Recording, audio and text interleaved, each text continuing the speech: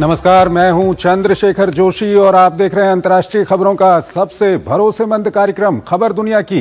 इस कार्यक्रम में हम आपको इस वक्त की बड़ी और महत्वपूर्ण अंतर्राष्ट्रीय खबरें बताते हैं, साथ ही दो बड़ी खबरों पर अपने विशेषज्ञ मेहमान के साथ चर्चा भी करते हैं।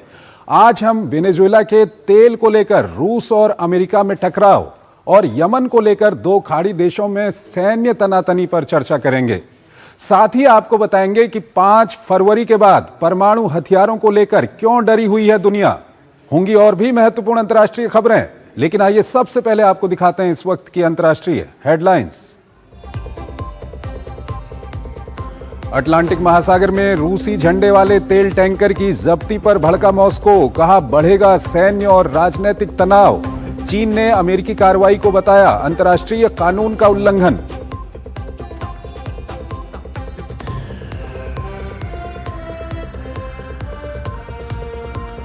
मिनियापोलिस में आईसीई एजेंट की गोली से अमेरिकी महिला की मौत, शहर में उबाल। ट्रंप प्रशासन का दावा, एजेंट ने आत्मरक्षा में चलाई गोलियां। मेयर ने कहा आईसीई एजेंट को छोड़ना होगा शहर। सीरिया के एलेप्पो में तीसरे दिन भी भीषण लड़ाई, सेना और कुर्द बलों की झड़पों में अब तक 17 लोगों की मौत। मार्च में हुए समझौते पर अमल नहीं होने के बाद भड़की है हिंसा। दक्षिण लेबनान में हिजबुल्लाह को निशस्त्र करने का पहला चरण पूरा, लिटानी नदी के इलाके में हथियारों पर सेना का नियंत्रण। नेतन्याहू का कड़ा रुख, कहा हिजबुल्लाह का पूर्ण निशस्त्रीकरण जरूरी। यूरोप में भारी बर्फबारी, यूरोप के कई एयरपोर्ट्स पर यात्री फंसे, 400 से ज्यादा फ्लाइट्स रद्द। कड़ाके की ठंड और बर्फीले तूफान से 6 लोगों की मौत की भी पुष्टि।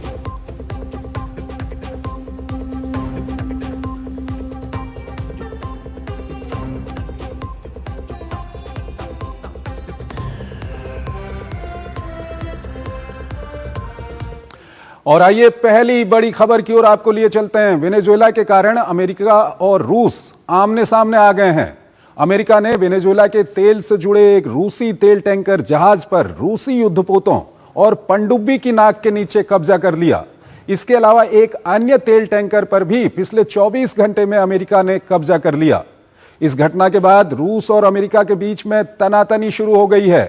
रूस ने जहां इसे अंतर्राष्ट्रीय कानूनों का उल्लंघन बताया, तो वहीं अमेरिका ने इन टैंकरों को गुप्त बेड़े का हिस्सा बताया है। पूरी दुनिया की नजर लगी हुई है कि यह तनाव अब किस दिशा में जाएगा।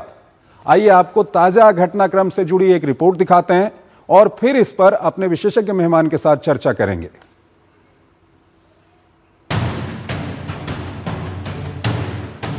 अटलांटिक महासागर का उत्तरी हिस्सा खुले समुद्र की वो सीमा है जहां कोई देश नहीं बसता, लेकिन तेल के खेल में शामिल हर देश अपनी ताकत का एहसास कराने को बेताब है। वेनेजुएला से जुड़ा एक और मामला जिसने खुले समुद्र में अमेरिका और रूस को आमने सामने ला खड़ा किया है। रूसी झंडे वाले तेल टैंकर पर अमेरिकी कब्जे के बाद वैश्विक तनाव बढ़ता दिख रहा है। अमेरिकी सेना ने कैरिबियन सागर में एक अन्य टैंकर सोफिया को भी अपने नियंत्रण में ले लिया।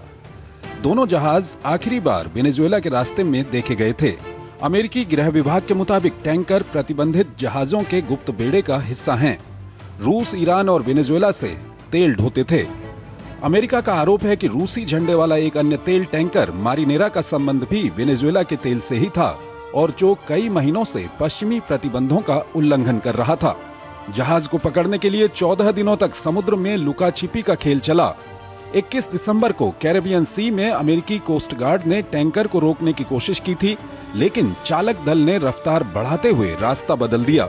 चकमा खाने के बाद अमेरिकी सेना ने सैटेलाइट और निगरानी विमानों के जरिए जहाज का पीछा करना जारी रखा। टैंकर को आयरलैंड के तट से दूर अटलांटिक महासागर में देखा गया, जहां से भागना नामुमकिन था। दरअसल टैंकर का पुराना नाम बेला 1 था, जिसे बाद में रूसी झंडे के तहत मारिनेरा नाम से रजिस्टर किया गया। दरअसल ऑपरेशन में अमेरिकी कोस्ट गार्ड और सेना ने मिलकर काम किया, जिसमें ब्रिटेन की भी बड़ी भूमिका रही। ब्रिटिश एयरबेस से मिशन शुरू हुआ और रॉयल एयरफोर्स के जासूसी विमानों ने जहाज पर कड़ी निगरानी रखी। सबसे चौंकाने वाली बात यह है कि ऑपरेशन के दौरान रूसी युद्धपोत और एक पनडुब्बी टैंकर के आसपास ही थे। मॉस्को ने अमेरिकी कार्रवाई की कड़ी निंदा करते हुए कहा कि दूसरे देश में रजिस्टर्ड जहाजों पर बल प्रयोग का अधिकार नहीं है। हालांकि अपनी पनडुब्बी की तैनाती का रूस ने ये कहकर बचाव किया कि उसकी नौसेना टैंकर की सुरक्षा कर रही थी। बहरहाल अमेरिकी कार्रवाई ने 1982 के समुद्री कानून की वैधता पर सवाल खड़े कर दिए हैं, जिसमें कहा गया है कि खुले समुद्र में नेविगेशन की स्वतंत्रता लागू होती है और किसी भी देश को दूसरे देशों के अधिकार क्षेत्र में विधिवत रजिस्टर्ड जहाजों के खिलाफ बल प्रयोग का अधिकार नहीं है। विशेषज्ञों के मुताबिक अटलांटिक महासागर में अमेरिकी कार्रवाई से दोनों देशों के संबंध बिगड़ सकते हैं, जो टकराव का नया मोर्चा खोल सकता है। दरअसल पिछले कुछ महीनों में अमेरिका ने सिर्फ वेनेजुएला ही नहीं बल्कि चीन और ईरान के जहाजों को भी निशाना बनाया है। नवंबर में भी हिंद महासागर में एक चीनी मालवाहक जहाज को रोककर उसमें मौजूद ईरानी सामान को नष्ट कर दिया गया था।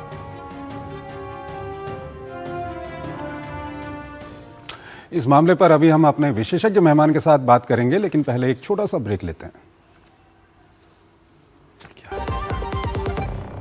टिंग टिंग, आपके लिए एक फेस्टिवल ऑफर है। क्यूआर कोड स्कैन करो, यूपीआई पिन डालो और 10,000 रुपए आपके बैंक अकाउंट में। पिन डालूंगा तो पैसा खट से आएगा नहीं, झट से कट जाएगा।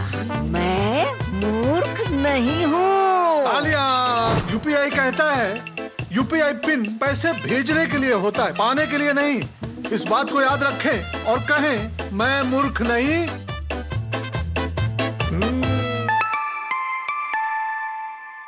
जाइए आप भी किसी का टेस्ट लीजिए। जन जन का रखे ध्यान, टीबी मुक्त भारत अभियान। इस अभियान का नारा टीबी संबंधित भेदभाव को मिटाओ, देश को टीबी मुक्त बनाओ। एक्टिव टीबी रोगी के करीबी संपर्क में आने से टीबी फैल सकता है, लेकिन नियमित उपचार शुरू होते ही टीबी रोगी से दूसरों में बीमारी का संक्रमण बंद हो जाता है। यहाँ तक कि सिर्फ हाथ मिलाने या टीबी रोगी के साथ समय बिताने से टीबी नहीं फैलता। तो बताइए आप, जब टीबी की जांच और उपचार है आसान, तो डर या भेदभाव की कैसी बात? ना शर्माना, ना घबराना, टीबी की जांच करवाना। टीबी के लक्षण होने पर तुरंत अपने नजदीकी निजी या सरकारी अस्पताल या आयुष्मान आरोग्य मंदिर में जाएं। इस संदेश को औरों तक पहुंचाकर आइए टीबी को जड़ से मिटाएं। हमें इन मरीजों को ज्यादा से ज्यादा जागरूक करने पर भी उतना ही ध्यान देना होगा। डाउनलोड करें टीबी आरोग्य साथी ऐप। स्वास्थ्य एवं परिवार कल्याण मंत्रालय द्वारा जनहित में जारी। इच्छाओं की कोई उम्र नहीं होती, आज हो या कल आंखों में हरदम चमकती। कल भी रहे आज के ठाठ, ना हो टेंशन रिटायरमेंट के बाद। हाँ करनी है तैयारी, एनपीएस जरूरी है। जब धरती चीर कर निकलता है लोहे का पत्थर और मिलता है मोंगिया के जोश से, फिर तपता है, पिघलता है और बनता है फौलाद। अब होता है सरिया सारी खूबियों के साथ। मोंगिया स्टील, मजबूत देश का मजबूत सरिया। सुनो, एक अच्छी इंश्योरेंस पॉलिसी एआई से पूछते हैं। एक ऐसी पॉलिसी जिसमें प्रीमियम पेमेंट हो लिमिटेड पर इनकम आती रहे लाइफ टाइम। LIC का जीवन उत्सव। एक ऐसी पॉलिसी जो दे होल लाइफ इंश्योरेंस कवर भी। LIC का जीवन उत्सव। वाओ, चलो तो LIC की जीवन उत्सव पॉलिसी ही लेते हैं। मैं भी तुमसे यही कह रही थी, LIC का जीवन उत्सव। लाइफ टाइम सेलिब्रेशन मनाइए LIC के जीवन उत्सव के साथ, फ्यूचर सेट है। गोल्डी छोले मसाले, जहाँ जाए रिश्ते बनाए। गोल्डी लाए हैं फ्रेश लॉक टेक्नोलॉजी, जो रखे मसालों को हर समय फ्रेश। स्वागत है आपका ब्रेक के बाद, और हमारे साथ हमारे विशेष मेहमान Sushil Kumar Singhal, former senior diplomat और विदेशी मामलों के जानकार हमारे साथ जुड़ चुके हैं। सिंघल साहब, जो कल हुआ है, जिस तरह से अमेरिका ने एक रूसी झंडे वाले तेल टैंकर को अपने कब्जे में ले लिया, क्या कुछ पहली प्रतिक्रिया आपकी? ये देखिए, बात यह है कि अमेरिका ने अपनी डोमेस्टिक लॉ को इंटरनेशनल लॉ बना दिया है, और वो अपनी तरफ से ये कोशिश कर रहे हैं कि उनकी जो उन डोमेस्टिक सैंक्शंस हैं वो उनको इंटरनेशनली उस पर लागू करें। रशिया ने इसको जो है ऑफ कोर्स अभी जैसा कि हम जानते हैं उसका बहुत विरोध किया है, और उन्होंने उनकी सबमरीन कह रहे हैं और एयरक्राफ्ट कैरियर, उनके कैरियर भी बहुत उस एरिया में हैं। लेकिन ये क्लियरली दिखा रहा है कि प्रेसिडेंट ट्रंप डिटरमिन्ड है कि वेनेजुएला की जो उन्होंने घेराबंदी की हुई है, और स्पेशली ऑयल के लिए, वो उसको पूरी तरह से उसमें उसमें कामयाब होना चाहते हैं। और वो कोशिश उनकी ये है कि जो वेनेजुएला में जो वाइस प्रेसिडेंट इंटरिम प्रेसिडेंट बनी हुई हैं, वो पूरी तरह से अमेरिकन पॉलिसीज जो है उनको फॉलो करें।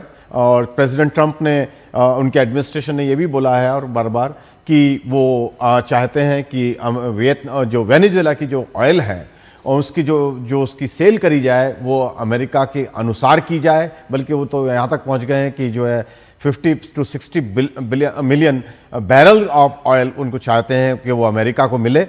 और वो चाह रहे हैं कि जो तेल जो बिके उनका, उसको किस तरह से इस्तेमाल किया जाएगा, उसके पैसे को, वो भी अमेरिका डिसाइड करेगा।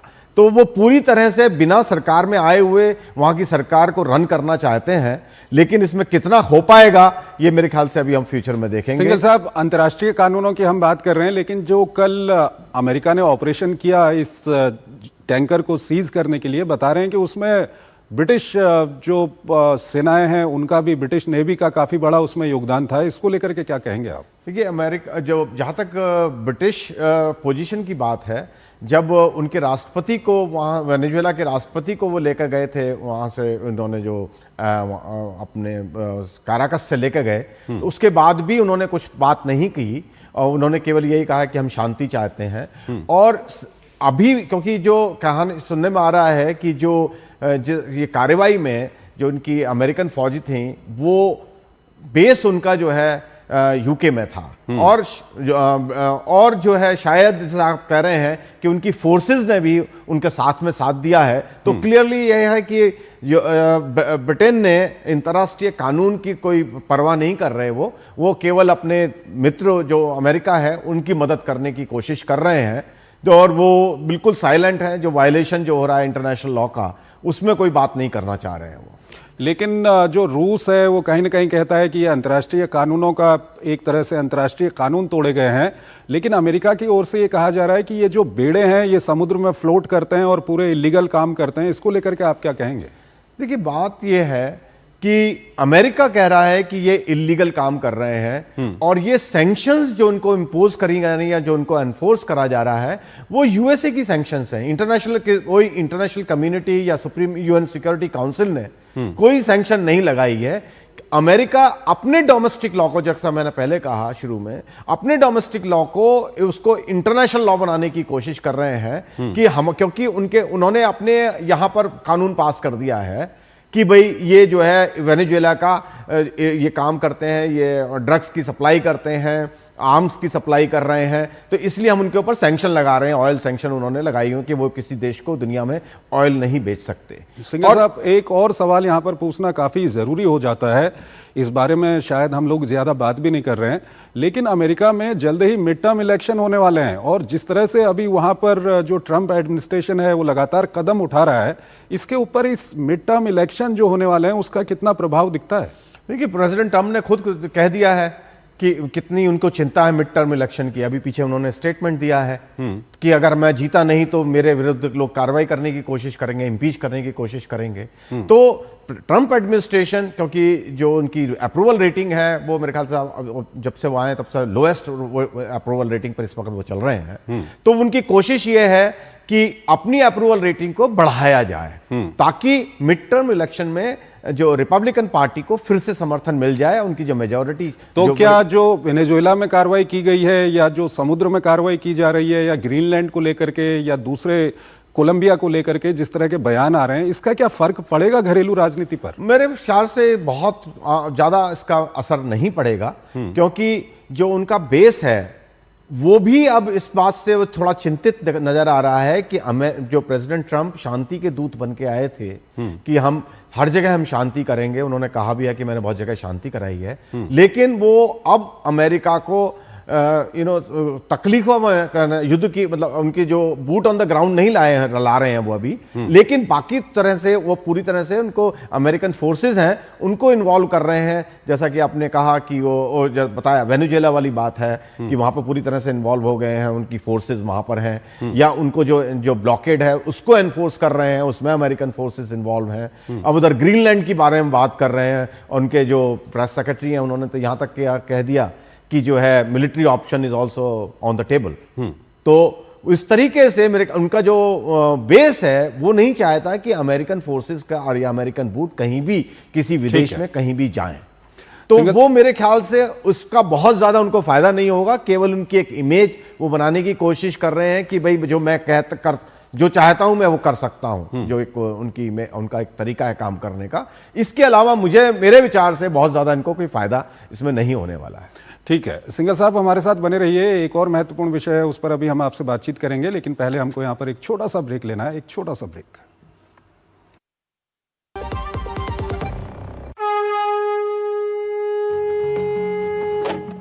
అలెబో ఎండి వెండి చననన చనకలియా అలెబో పారి వెండి చననన చనకలియా అలెబో సంగే రందా చననన చనకలియా అలెబో సంగే గాయా చననన చనకలియా పసర్ పండుంతే గమత్ ఝుమా చననన చనకలియా అలెవరాట్ సంగే రందా చననన చనకలియా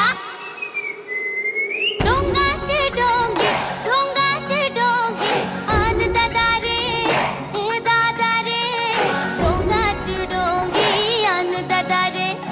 ढोल गलते गणस में तेरे बेला डिला कच मेटा होटल बसर दस राउड़ा निकाय सोबत निल्ला ए गांव गलत सगरी में हम पुरखा जो दे आए जंगल माटी डोंगरी हामी जीवन रखिया कमर झूमा ए दादा रे हाँ दादा रे बस्तर पंटुम देगा मन झूमा दादा रे ए आज वो संगे रंदा छनगलिया आलेबो संगे गाया छननना छनगलिया बस्तर पंडुम गरबो छननना छनगलिया झूमा नचा गाया छननना छनगलिया झूमा नचा गाया छननना छनगलिया। पढ़ता है खेलता है झूलता उछलता है दौड़ता कभी कभी दौड़ कराता है आगे आगे बढ़ता है इंडिया अमूल दूध पीता है इंडिया। टिंग टिंग, आपके लिए एक फेस्टिवल ऑफर है। QR कोड स्कैन करो, UPI पिन डालो और 10,000 रुपए आपके बैंक अकाउंट में। पिन डालूंगा तो पैसा खट से आएगा नहीं, झट से कट जाएगा। मैं मूर्ख नहीं हूँ। तालियां।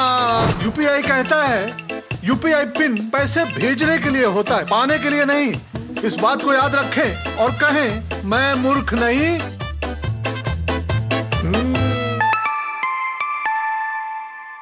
जाइए आप भी किसी का टेस्ट लीजिए।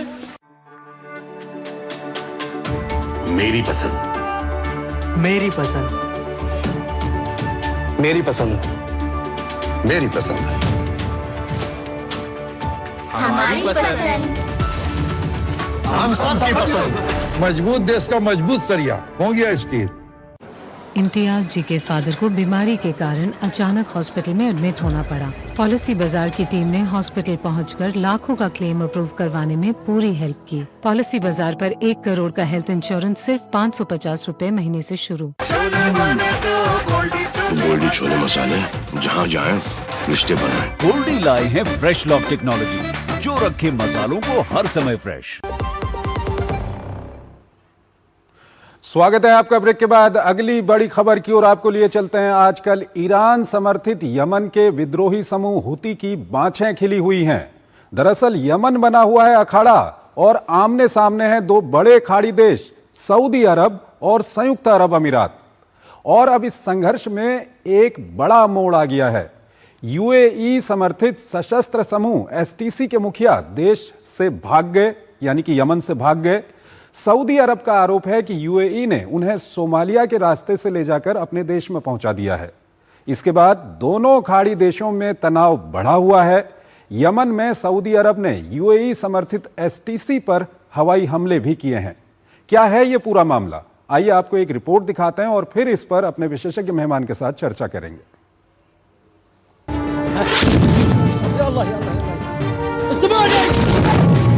पश्चिम एशिया या मध्य पूर्व की राजनीति में आजकल बड़ा भूचाल देखा जा रहा है। एक इलाके में शांति की थोड़ी किरण दिखती है तो दूसरे इलाके में संघर्ष शुरू हो जाता है। गाजा, लेबनान जैसे इलाकों में ईरान समर्थित हिजबुल्लाह और हमास के साथ इजराइल के संघर्ष में कुछ कमी देखी गई तो यमन खाड़ी देशों की आपसी जंग का अखाड़ा बन गया। यमन में जो चल रहा है उसको लेकर खाड़ी के दो देश सऊदी अरब और यूएई एक दूसरे से संघर्ष में उलझ गए हैं। घटनाक्रम ने तब नाटकीय मोड़ ले लिया जब एक दिन पहले एसटीसी के मुखिया एदरोस अल जुबैदी को सऊदी अरब के रियाद में यमनी सरकार से बातचीत के लिए बुलाया गया। जुबैदी रियाद के लिए रवाना नहीं हुए और किसी अज्ञात स्थान की ओर भाग गए। इसके बाद सऊदी अरब समर्थित यमन की राष्ट्रपति परिषद ने उन्हें निष्कासित कर दिया और उन पर देशद्रोह का आरोप लगाया। साथ ही सऊदी वायुसेना ने एसटीसी के कई ठिकानों पर हमला भी किया। बाद में सऊदी अरब की सेना ने एक बयान में दावा किया कि एदरोस अल जुबैदी यमन से नाव के जरिए पहले सोमालिया भागे। इसके बाद यूएई के अधिकारियों ने अल जुबैदी को अमीरात की राजधानी अबू धाबी पहुंचाया। इसके बाद खाड़ी के इन दो महत्वपूर्ण देशों सऊदी अरब और यूएई में तनाव और बढ़ गया है। यमन की जमीनी हकीकत की बात करें तो यहाँ उत्तरी इलाकों में ईरान समर्थित हुती विद्रोहियों का राज है, तो वहीं बाकी बचे हिस्से में अंतर्राष्ट्रीय मान्यता प्राप्त यमन की सरकार का। जंग की कहानी शुरू होती है मार्च 2015 से, जब राष्ट्रपति अब्द रब्बू मंसूर हादी के नेतृत्व में यमन की सरकार हुती विद्रोहियों के हाथों तख्तापलट का शिकार हो गई। लेकिन हुतियों को ईरान का समर्थन प्राप्त था। उसके बाद सऊदी अरब के नेतृत्व में 10 खाड़ी देशों ने यमन में सैन्य कार्रवाई शुरू कर दी और देश के बड़े हिस्से को हुतियों के कब्जे से मुक्त करा लिया, जिसके बाद यमन में अंतर्राष्ट्रीय मान्यता प्राप्त सरकार की स्थापना हुई। सरकार में हुती विरोधी सभी धड़े शामिल थे। बाद में इस गठबंधन के बड़े समर्थक सऊदी अरब और यूएई के बीच मतभेद उभरने शुरू हो गए। बाद के सालों में सऊदी अरब ने साउदर्न ट्रांजिशनल काउंसिल नाम से स्थानीय अलगाववादियों के एक धड़े को तैयार किया और इन्हें सैन्य प्रशिक्षण देकर मजबूत बनाया। कुछ ही सालों में एसटीसी ने यमन के सामरिक महत्व के समुद्र तटों सहित अधिकतर ठिकानों को अपने कब्जे में ले लिया। हालांकि एसटीसी अब भी यमनी सरकार का हिस्सा बना रहा। ताजा मामला तब शुरू हुआ जब एसटीसी ने पिछले साल दिसंबर की शुरुआत में पूर्वी यमन के हद्रामौत और अल महारा प्रांतों पर कब्जा करके सैन्य तनाव को बढ़ा दिया। ये दोनों प्रांत सऊदी की सीमा से लगते हैं। इससे सऊदी अरब नाराज हो गया। इसके बाद सऊदी समर्थित यमनी सेना, जिसे होमलैंड शील्ड भी कहा जाता है, उसने दोनों प्रांतों को वापस लेने की प्रक्रिया शुरू कर दी। सऊदी अरब ने इसके लिए एसटीसी पर हवाई हमले भी शुरू कर दिए। सऊदी अरब और यूएई के बीच तनाव भी बढ़ गया। यमन ने यूएई की सेना को देश से निकलने का आदेश भी जारी किया, जिसे यूएई ने मान लिया। दोनों प्रांतों पर फिर से होमलैंड शील्ड का कब्जा हो गया।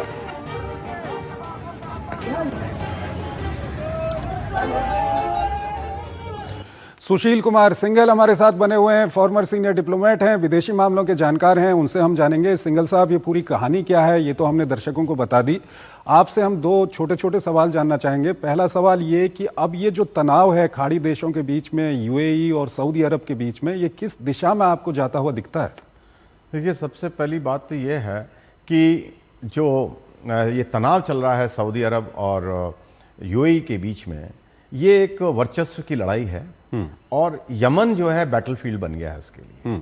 क्योंकि सऊदी अरेबिया का अपना उद्देश्य ये है कि अरब वर्ल्ड को वो लीड करें, लेकिन यूएई जो है वो नहीं अब चाहते कि वो उनके साए में रहें, सऊदी अरब के साए में रहें। वो अपना वर्चस्व बनाना चाहते हैं। और जैसा कि आपने अभी एक्सप्लेन भी किया अपने रिपोर्ट में कि जो एसटीसी जो है उसको उन्होंने सपोर्ट किया है यूएई ने, जो कि जब उन्होंने यूएई ने कोई कंसल्टेशन नहीं की सऊदी अरेबिया के साथ जब उनको सपोर्ट करना शुरू किया। जबकि इनका उद्देश्य दोनों का ये था कि जो हुतीज हैं, जो ईरान सपोर्टेड हुतीज हैं, उनको निकालना था, जब ये लोग दोनों देश मिलकर के यमन में एंटर किए। लेकिन उसके बाद में क्योंकि उनका अपना उद्देश्य अलग अलग होने लगे, क्योंकि सऊदी अरेबिया की इच्छा ये है, कोशिश ये है कि यमन में सरकार बने, यूनिफाइड सरकार रहे, लेकिन वीक रहे, ताकि सऊदी अरेबिया का कंट्रोल रहे। ठीक है। उधर यूएई की इच्छा यह है कि सदन जो यमन है वहां पे उनकी समर्थित सरकार बने, और वो जैसा कि आपने बताया कि जो लैंड ग्रैब है, एक तरीके से कहूंगा मैं कि जो यूएई समर्थित ग्रुप है उन्होंने पोर्ट्स का पार जो तट है उस पर कब्जा कर लिया है। तो जो कि सऊदी अरेबिया को लग रहा है कि यमन की इच्छा लैंड ग्रैबिंग की है, सॉरी सऊदी यूएई की इच्छा जो है लैंड ग्रैबिंग की है यमन में, और जो उससे जो है उनको रेड सी पर खतरा दिख रहा है। ठीक है सर, संक्षेप में बताइएगा हुतियों को कितना फायदा होगा ये जो कुछ चल रहा है इसका? देखिए, इस सब झगड़े में हुती और ईरान को ही फायदा हो रहा है, क्योंकि ये सऊदी अरब, यूएई तो वहां से ऑलमोस्ट निकल गए हैं, अब सऊदी अरेबिया वहां पर रह गए हैं, और हुती पर अब कोई उस पर निशाना नहीं है किसी का, तो वो पनप रहे हैं। ईरान को जो है जो झटका लग रहा था वो उनको जो है पनपने का मौका वहां मिल रहा है। ठीक है सर, बहुत बहुत शुक्रिया सर आपका, आप हमारे इस कार्यक्रम में जुड़े और दोनों ही महत्वपूर्ण विषयों पर आपने अपना महत्वपूर्ण विश्लेषण हमारे दर्शकों के साथ साझा किया। इसी के साथ अंतर्राष्ट्रीय खबरों के हमारे इस कार्यक्रम को हम यहीं पर समाप्त करते हैं, लेकिन जाते जाते आपको छोड़ जाते हैं आज की कुछ और बड़ी और महत्वपूर्ण अंतर्राष्ट्रीय खबरों के साथ। आप इन खबरों को देखिए और हमारी पूरी टीम को इजाजत दीजिए। नमस्कार।